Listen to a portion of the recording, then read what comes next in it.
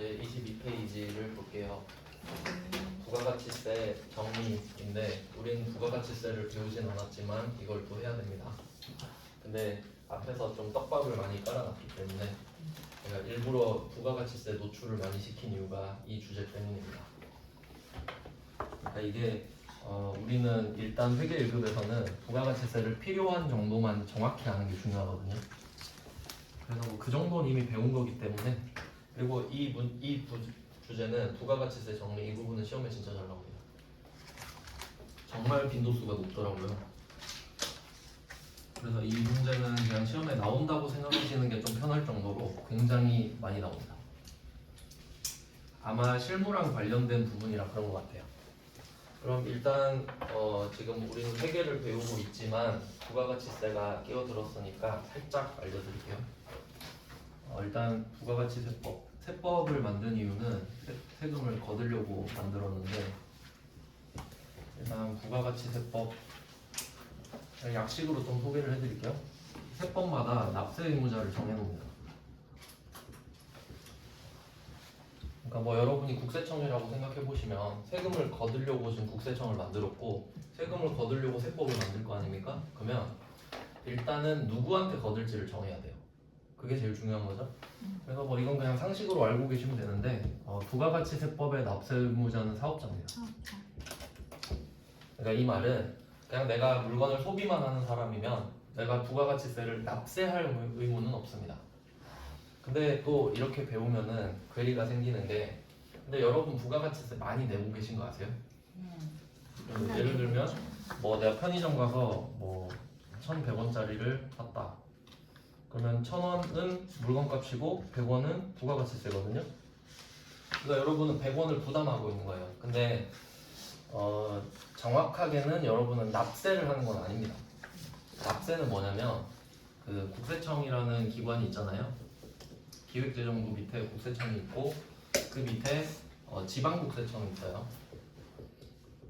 그러니까 뭐 여기는 전남 국세청인가 있고, 그리고 세무서 있죠. 이 앞에 광주 세무서 있고, 북광주 세무서, 서광주 세무서, 광산 세무서, 광주에 4개 있거든요. 그럼 내가 만약에 세무서를 간다, 그러면 납세를 하러 가는 거예요. 근데 여러분이 만약에 납세 의무자가 되려면 편의점에서 1,100원짜리 물건을 사잖아요. 그러면 그 편의점 직원이 그렇게 말을 해야 돼요. 1,000원은 저한테 주시고 100원은 저기 광주 세무서 가서 내고 가세요. 이러면 여러분도 납세 의무자예요. 근데 그런 적 없죠. 근데 여러분은 부담만 하는 거예요. 좀 그런 괴리가 있어요. 그러니까 실제로 여러분 부담을 하고 계세요. 근데 납세는 하지 않는 거예요. 왜냐면 편의점에서 걷어서 대신 납세해 주거든요. 그러니까 대충 느낌은 보셨잖아요. 우리가 물건 팔 때 부가세 걷어서 내주죠. 그리고 물건을 살 때 부가세 맡기면 상대방이 내주죠. 그런 패턴이에요.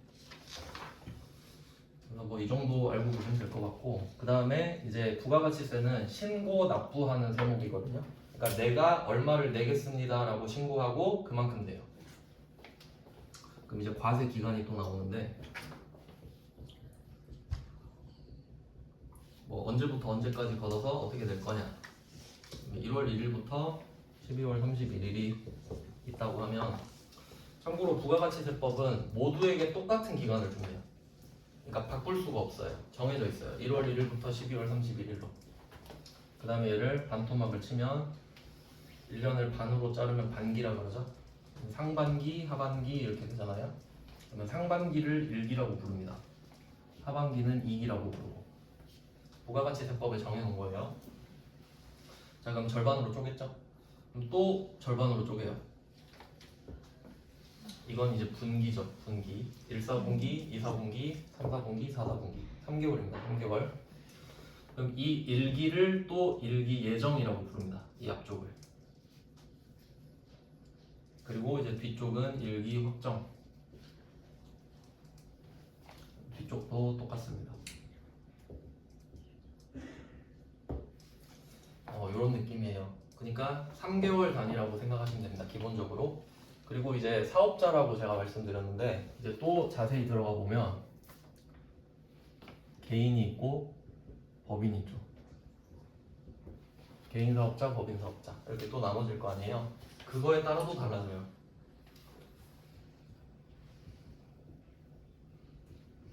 근데 일단 우리 시험에선 법인으로 나옵니다. 일단 우리 시험에서는. 그러니까 이걸로 맞춰서 알고 계시면 돼요. 그러면 이제 상식적으로 생각했을 때 개인이랑 법인이 있으면 국세청은 법인을 더 믿어요. 믿는다는 건 뭐냐면 법인은 돈 벌려고 각 잡고 만들었죠, 새로. 개인은 그냥 태어나면 개인이잖아요.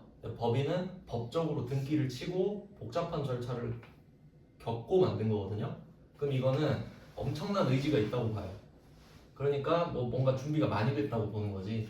그러니까 법인은 우수하다고 보기 때문에 3개월마다 쪼개놨을 때 4번을 신고 납부하게 시킵니다. 그러니까 1년에 4번을 신고 납부하라고 하는 거예요. 니들이 공부를 하든 모르면 세무사한테 맡기든. 그러니까 이렇게 1번, 2번, 3번, 4번 신고 납부합니다. 3개월마다.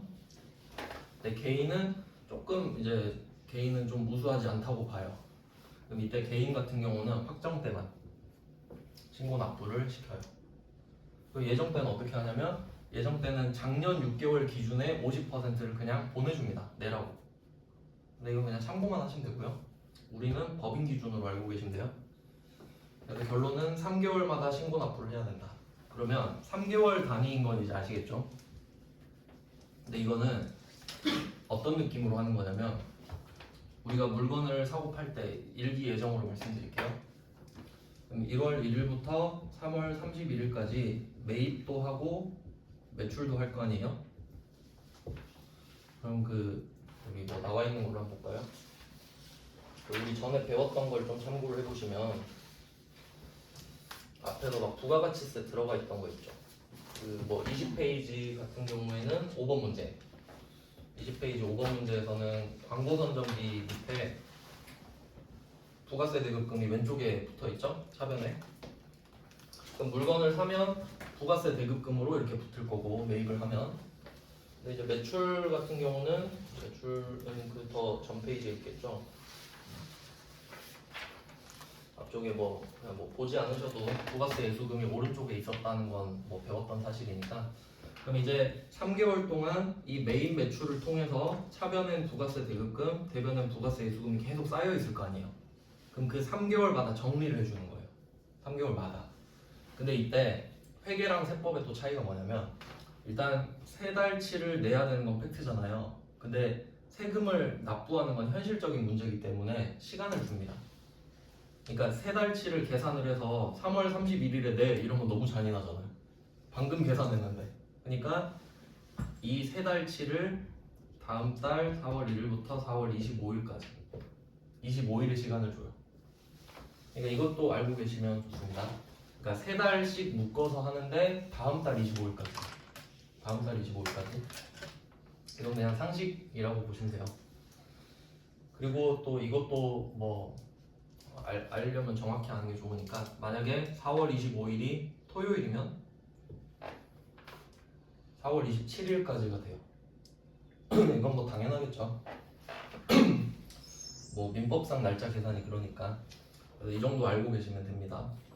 그러면 일단 우리는 회계를 하는 거잖아요. 회계. 그러면 이 부가가치세 정리는 분기 말마다 이루어질 거예요. 3월 말, 6월 말, 5월 말, 12월 말. 그럴 수밖에 없겠죠. 그러니까 납부는 다음 달 25일까지 하더라도 이미 그러니까 3월 말에는 거래가 끝난 거잖아요. 우리가 정리해야 될 거래는 끝난 거잖아요. 그러니까 3월 말일에 퇴근하기 전에 정리하고 가는 게 맞겠죠. 왜냐면 그 뒤로는 이제 변동이 없을 테니까. 그래서 분기 말마다 이루어진다고 제가 적어 놓습니다. 그러니까 약간의 세법 지식이 필요한 거죠. 그래서 분기 말인데 그래서 디테일을 잘 보시면 제가 이 22페이지에 1번, 2번, 3번은 수동결산이라고 적어놨거든요. 그리고 4번은 안 적어놨죠. 이유가 뭐냐면 잘못한 건가? 아니다. 아닌데? 따로 적어놓은 이유가 그러니까 이게 날짜가 언제 나올지 모르잖아요. 그러니까 뭐 4월 25일 나올 수도 있고 7월 25일 나올 수도 있죠. 근데 또 공교롭게 제가 결산 문제를 따로 낸다 그랬죠. 일반 전표 중에 12월 31일 걸 따로 낸다 그랬잖아요. 근데 2기 확정 거 있죠. 2기 확정. 그럼 얘는 10, 11, 12 세 달치가 되잖아요. 그럼 정리가 공교롭게 딱 말일에 걸리죠. 그러니까 요거를 결산 문제로 주로 뺏어내요. 그러니까 결산 문제로 꼭 낼 필요는 없는데 겹치는 날짜가 있다 보니까 그냥 결산으로 뺏어낸다고. 그러니까 그래야 여러분이 공부하기 편하거든요. 이 문제는 결산에 낼게요 라고 정형화 시켜버린 거지 그냥. 그리고 이제 일반 전표는 다른 문제를 내겠다는 소리예요. 그래서 제가 따로 적은 겁니다 그냥. 그래서 잘 보시면 1번에 2기 확정돼 있죠. 2기 확정 한번 참고하세요. 1번에 2기 확정, 2번도 2기 확정, 3번도 2기 확정. 그러니까 이거 보면은 아 일부러 낸다 이 정도 생각하실 수 있겠죠. 왜냐면 1기 확정도 낼 수는 있는 거잖아요. 굳이 그러지 않았다라고 알고 계시면 되겠습니다. 그래서 그냥 뭐 이런 식으로 시험을 내는구나 라고 생각할게요. 그래서 뭐 우리는 그럼 10, 11, 12 세 달치 거를 하면 되겠죠. 자 이제 정리를 해보겠습니다. 그럼 이제 자리가 정해져 있다 보니까 그 자리만 알면 문제를 쉽게 풀 수 있어요. 우리가 주로 사는 게 원재료니까 원재료를 샀다고 치고 이쪽은 부가세 대급금이 되겠죠. 구조를 한번 분석해 볼게요. 분계 두 개 가지고 이쪽은 뭐 그냥 현금으로 하겠습니다.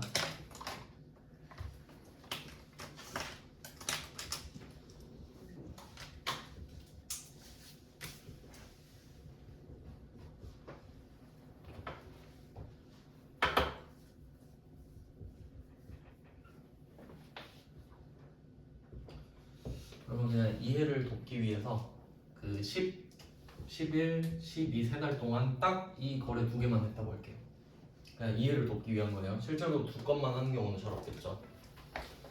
그럼 이제 성격을 보면 원재료를 사면 자산입니다.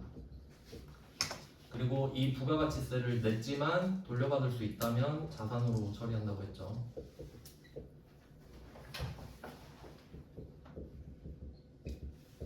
뭐 현금은 별로 지금 중요하진 않고요.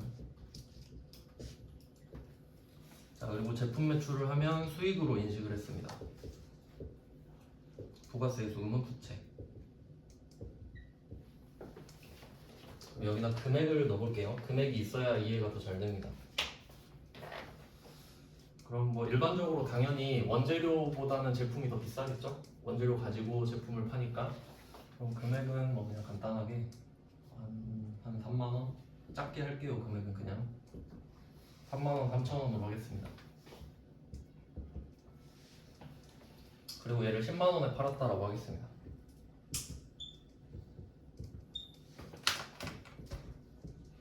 이걸 한번 분석해보죠.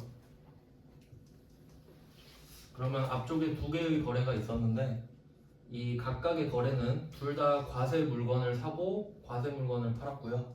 그리고 부가가치세가 들어가 있기 때문에 메인 매출 전표에다 써야 됩니다. 메인 매출이고 부가가치세가 있으니까. 그럼 얘를 관리해줘야 되니까 그럼 여기서 주인공은 부가가치세입니다.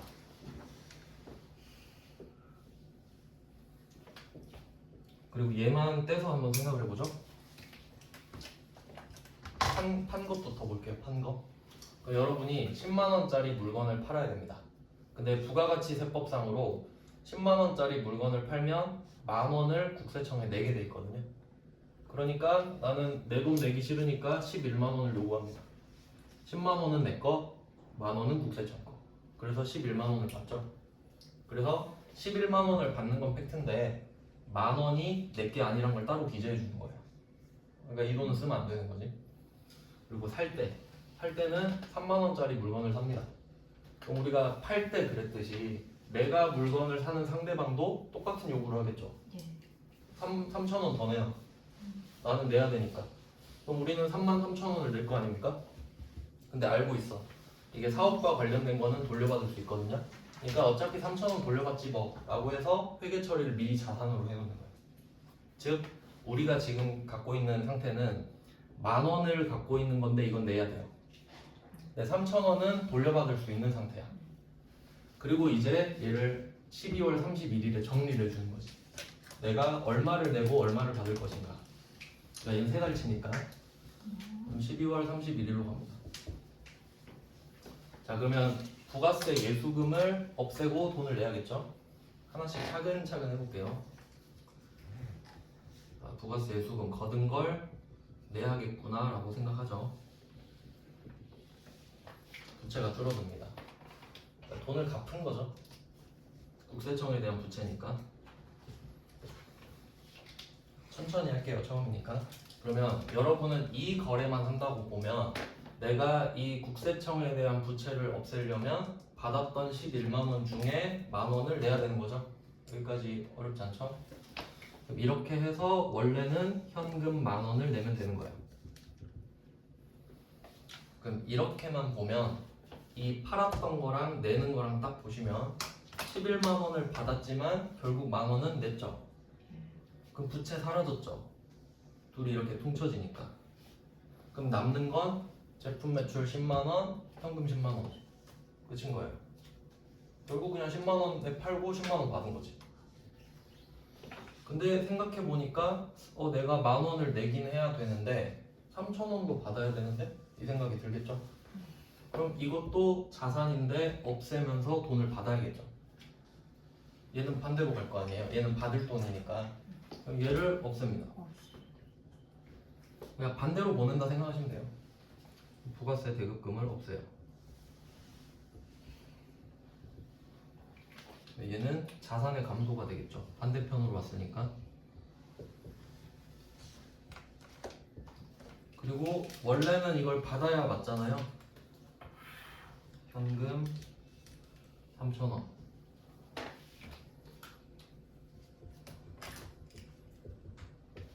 그러니까 이걸 한 거예요.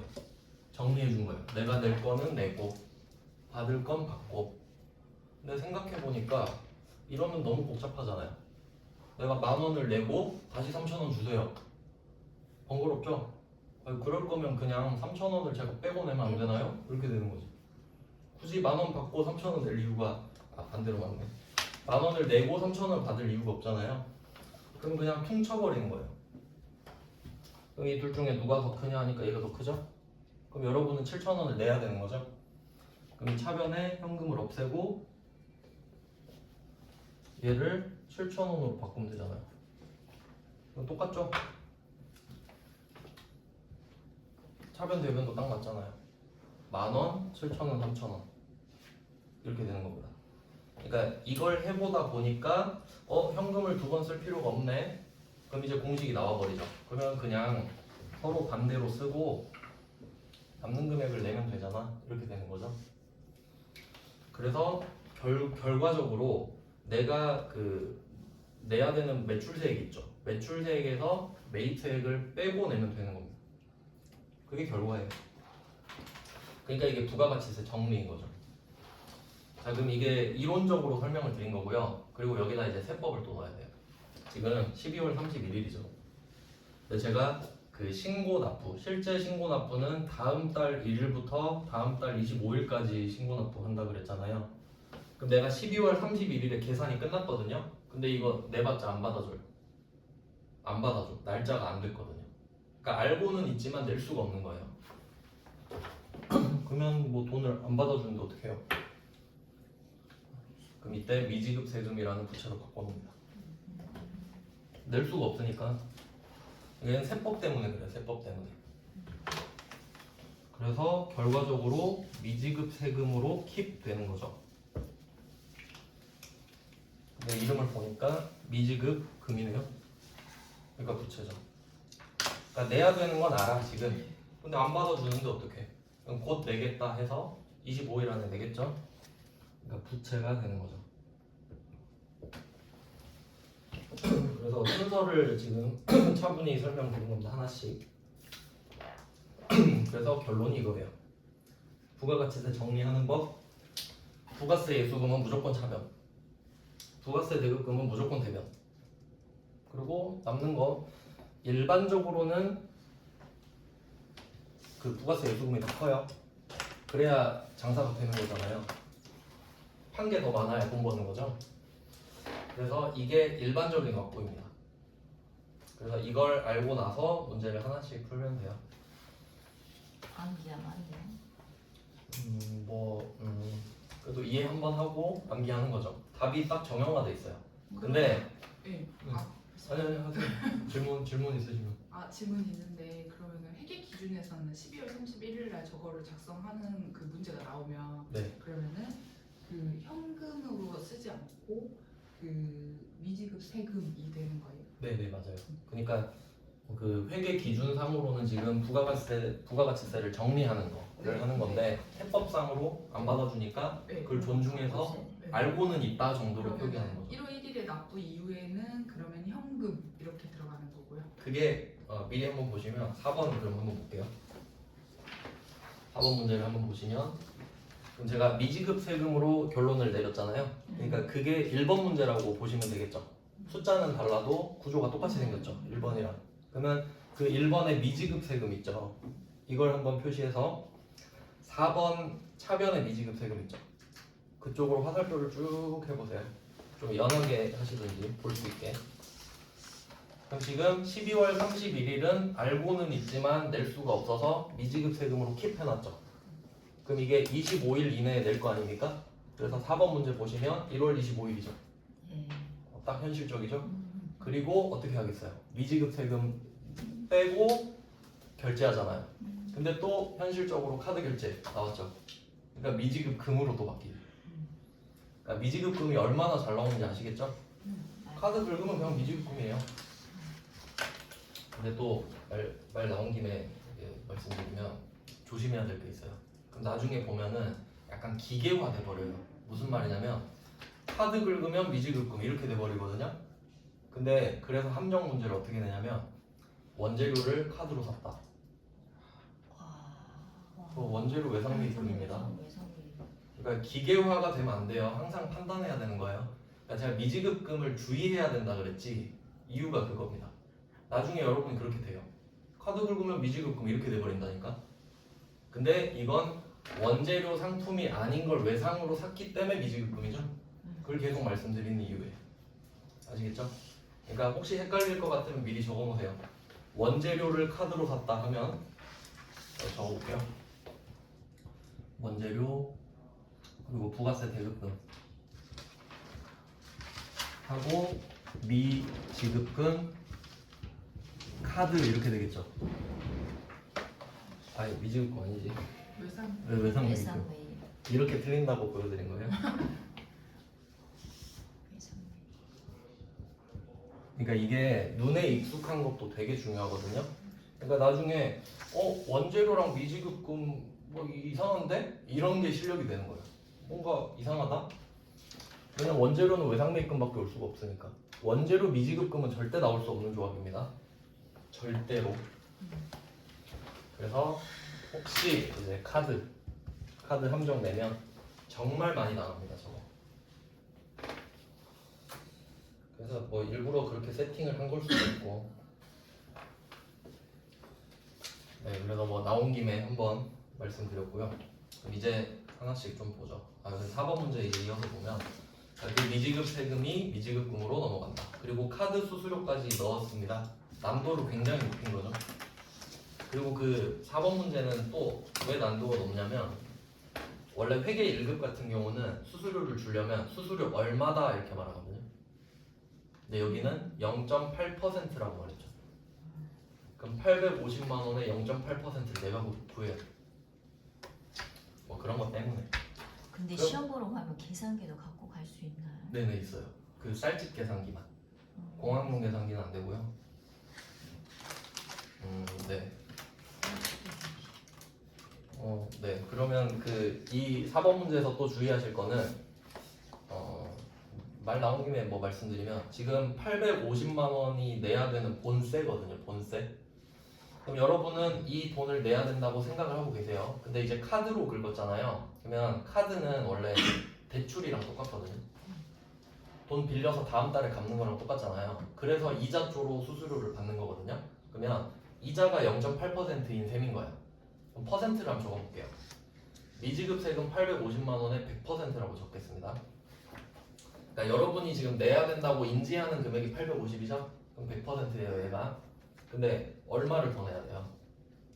0.8% 더 내야 되죠. 그래서 세금과 공과 68,000원에 0.8%를 적어보세요.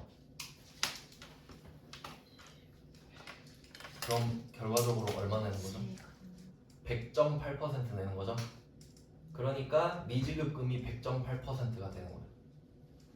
이거 이해 잘 하셔야 됩니다. 그러니까 여러분은 수수료도 내셔야 되잖아요. 이자도 내야 되니까. 그러니까 결과적으로는 100.8%인 거지. 아시겠죠? 그래서 일부러 제가 그 원래 이 4번 문제도 회계 1급에서는 보통 예금으로 납부했다 이러거든요. 근데 그걸 누가 못 맞춥니까? 그러니까 일부러 카드로 오는 거예요. 난도 높이려고. 여러분은 좀 약간 원래 운동선수들도 모래주머니 차고 막 하잖아요. 실전에서 더 쉽게 느끼려고. 자, 그럼 이제 하나씩 볼게요. 이제 구조는 제가 설명을 드렸으니까 이거 보면서 계속 문제 풀게요. 자, 그럼 1번부터. 1번이 제일 쉬운 문제입니다. 근데 제일 쉽지만 여러분한테는 기본 문제라고 보시면 돼요. 그럼 이건 그냥 이렇게만 쓰시면 되겠죠? 차변의 부가세 예수금에는 부채 마이너스 써놓으시면 돼요. 1번에. 그리고 부가세 대급금에는 자산 마이너스라고 쓰시면 됩니다. 혹시 또 나중에 그 기억이 안 나실 것 같으면 그 위에 아무것도 없지만 굳이 그냥 이렇게 화살표를 해주세요. 이렇게 X자로. 반대편에서 왔다라는 느낌을 주세요.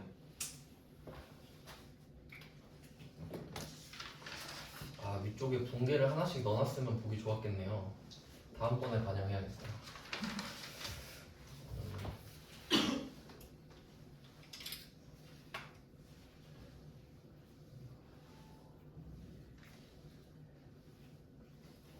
네, 그리고 미지급 세금도 부채라고 써놓을게요. 그럼 그 일반정표에서 거래처를 쓸 때 있잖아요. 거래처를 쓸 때 줄 돈 받을 돈을 쓰거든요. 그러면 1번 문제 미지급 세금도 줄 돈 아닙니까? 줄 돈이죠. 근데 거래처를 안 쓰는 이유가 뭐냐면 어차피 관할 세무서는 하나거든요. 맞죠? 그러니까 내가 만약에 여기 동구에다가 사업장을 딱 차렸어요. 그럼 관할 세무서는 광주세무서예요. 정해져 있거든요. 굳이 적을 필요 없겠지. 모를 리가 없잖아요. 내가 광주세무서 관할인 거를. 그러니까 굳이 안 적어도 되는 거예요. 미지급 세금은. 그러니까 미지급 금은 거래처잖아요. 그러니까 써야지. 누군지 모르니까. 미지급 세금은 내봤자 광주세무서일 거 아니에요. 그러니까 원래 쓰지만 그냥 안 써도 된다 이런 느낌인 거지. 우리 시험에서는. 참고로 이건 듣기만 하세요. 전산세무 1급 있죠. 이 윗 단계. 전산세무 1급에서는 국세랑 지방세랑 나눠서 광주세무서, 북구청 이렇게 씁니다. 그게 현실이니까. 그러니까 지방세도 원래 있으니까. 그러니까 지금은 국세라서 상관없는데 그러니까 그렇게 나올 수도 있어요. 근데 우린 그냥 안 쓴다고 말씀드리는 거예요. 그 다음 이제 2번으로 갈게요. 자, 2번 문제도 똑같이 써주세요. 부가세 예수금 뭐 안 쓰셔도 상관없고 똑같으니까. 부가세 예수금 부채 마이너스, 부가세 대급금 자산 마이너스. 근데 이 문제는 좀 특이한 점이 있어요. 1번이랑 2번이랑 뭐가 다르죠? 1번은 미지급 세금이 있는데 2번은 미수금이 있죠. 참고로 미수세금이란 건 없습니다. 왜냐면 세금은 내는 게 일반적이죠. 받는 게 일반적이지 않거든요. 그러니까 미수세금이라는 계정값은 아예 없어요. 세금을 돌려받는 게 정상은 아니니까. 그러니까 어쩔 수 없이 세금을 돌려받는다 하면 미수금을 그냥 빌려 쓰는 거죠. 그리고 이 미수금에는 원래 그 관할 세무서를 적어줘야겠네요. 원래는. 근데 우리 시험에서는 그냥 안 쓰는 걸로 하게 돼 있습니다. 왜냐면 어차피 거래처 검색하면 세무서가 안 나와요. 쓸 수가 없게 돼 있어요. 자, 그러면 차이를 생각해 보면 1번이 정상인데 2번도 뭐 가능은 하죠. 왜냐면 사업 초기 있죠. 사업 초기. 내가 사업을 이제 시작했어. 그러면 매출은 별로 없는데 살 건 많잖아요. 그러면 매입세액이 더 많을 수도 있지. 그럼 환급 받는 거예요. 그럴 수도 있겠구나 생각하시면 돼요. 그러니까 자리는 정해져 있는데 금액 크기는 비교하셔야 돼요. 그래서 1번, 2번을 보고 이제 느끼는 게 있어야 돼요. 자, 자, 이것까지 한번 해볼까요? 부등호를 한번 넣어봅시다. 지금 1번 문제는 예수금이 더 크죠? 그러니까 예수금, 대급금 사이의 부등호를 왼쪽으로 하시면 좋겠죠? 눈에 잘 띄게. 그래야 나중에 보고 딱 알잖아요. 아, 얘가 크니까 내야 되는구나. 그리고 혹시 이것까지 적어놓으면 좋을 것 같아요. 저는 기본적으로 여러분 기억력을 안 믿거든요. 그렇기 때문에 메모의 의지를 많이 해야 됩니다. 이 부가세 예수금에다가 매출세액이라고 적어놓을게요. 그러니까 이건 부가가치 세법상 용어인 거죠. 그리고 부가세 예수금은 회계상 용어고, 그리고 부가세 대급금에는 매입세액이라고 적어놓으면 되겠죠.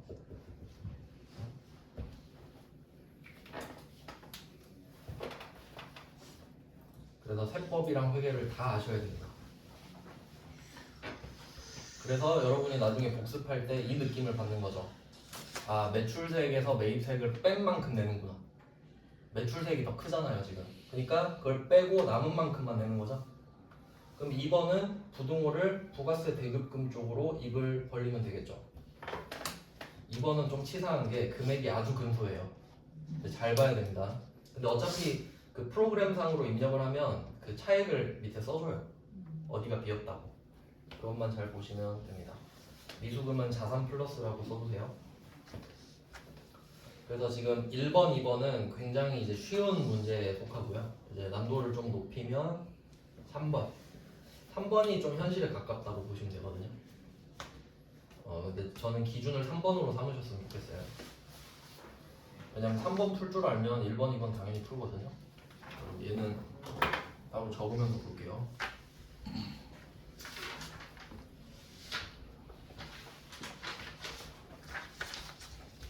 자, 일단 뭐 자리가 정해진 건 확실한 겁니다. 근데 뭐가 많이 붙어 있죠, 오늘?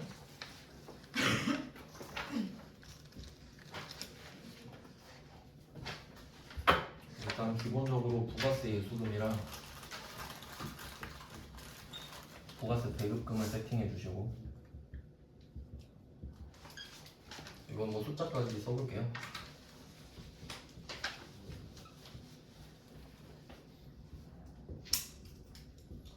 자, 일단 이 본세 같은 경우는 예수금이 크네요. 이게 일반적인 경우입니다.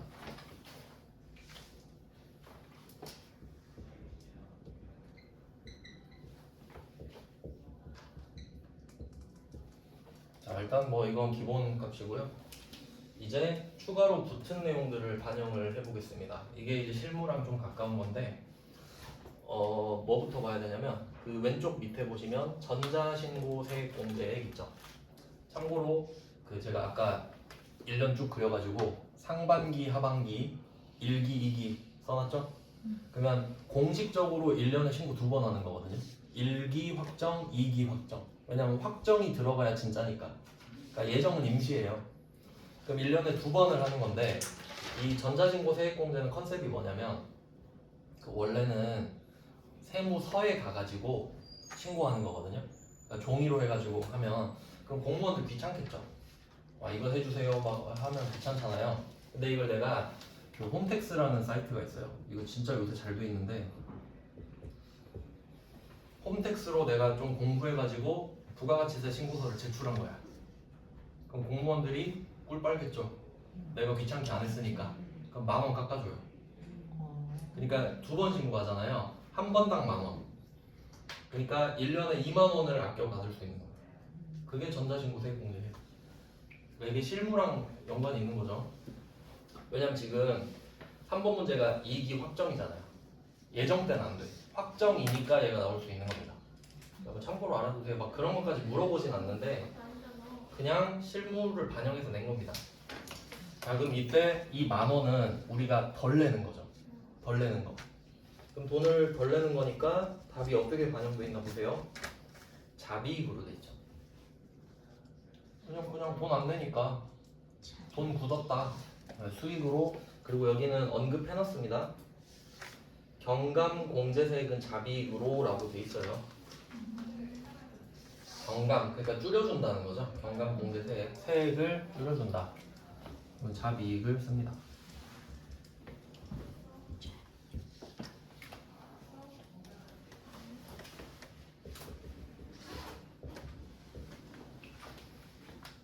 그래서 여러분의 그 시험에서는 이 금액이 자비익에 영향을 안 받게 나오는데 제 시험 같은 경우는 막 5,000원 차이 나게 해서 자비익으로 뒤집어 버리고 막 그런 문제도 돼요. 그럼 환급 받아요. 그거 물어보는 거예요. 그러니까 어떤 거 환급해주고 어떤 거 안 해주거든요. 그러니까 참고로 만약에 이 대급금이 더 크잖아요. 근데 이제 전자신고를 했어. 그럼 10,000원 더 돌려줍니다. 그러니까 좀 특이한, 근데 그건 물어보진 않겠죠. 그냥 그렇구나 하시면 되고. 그다음 한 개 더 있죠. 가산세 표시할게요. 그러니까 세공제랑 가산세 이렇게 표시하겠습니다. 네, 이것도 그냥 보기만 하세요. 제가 한번 구조를 써드릴게요. 이건 그냥 보고 듣기만 하시면 될 것 같아요. 자, 이제 여기까지는 납득되시죠? 매출세액에서 매입세액을 빼야 된다는 거 정도는. 그래서 얘를 납부세액이라고 하거든요. 근데 이게 끝이 아니라 내가 뭔가를 잘했으면 덜 내고 못했으면 더 낸단 말이에요. 그러니까 내가 혹시 뭘 못했다 그럼 가산세. 이름 보시면 가산점 할 때 가산이 더하는 거잖아요. 그러니까 원래 낼 거보다 더 내는 거야. 잘못했으니까. 근데 내가 뭔가를 잘했어요. 그럼 내가 내야 될 세금보다 덜 내겠죠. 그러니까 그걸 빼주는 걸 공제라고 하니까 세액공제라는 게 있는 거죠. 그리고 이제 납부세액을 골자로 해서 이걸 구하면 이제 마지막에 뭐 차가감 납부세액 이렇게 하는데, 근데 이거 제가 지금 쓰는 게 이걸 외우라고 말씀드린 게 아니라, 이해되시죠? 그냥 이거 두 개를 냈다는 거예요 지금. 그러니까 회계 1급에서는 여기서 끝이야. 근데 세무 2급 됐으니까 이 정도 내도 되겠지 하고 낸 겁니다. 그러니까 뭐 뭘 따지진 않잖아요. 원래는 금액도 제가 구해야 돼요. 근데 그냥 24만 원 알려줘 버리죠. 그래서 얘는 세금과 공과판으로 해라 이렇게 돼 있죠. 그냥 세금이랑 공과금 전반을 말합니다. 800번. 그리고 얘는 무조건 800번일 겁니다. 500번은 상관없죠. 지금 제도랑 상관이 없으니까. 그리고 금액은 24만원 이렇게 써주시면 돼요. 얘는 비용이겠죠. 그래서 얘 둘을 하나씩 냈다고 그냥 참고하시면 됩니다. 덜 내면 수익이고 더 내면 비용이겠죠. 그리고 이것까지 금액을 고려를 했을 때 이제 남는 거를 미지급 세금으로 잡아주시면 돼요. 그리고 실제에서는 뭐 금액을 찾을 필요는 없겠죠.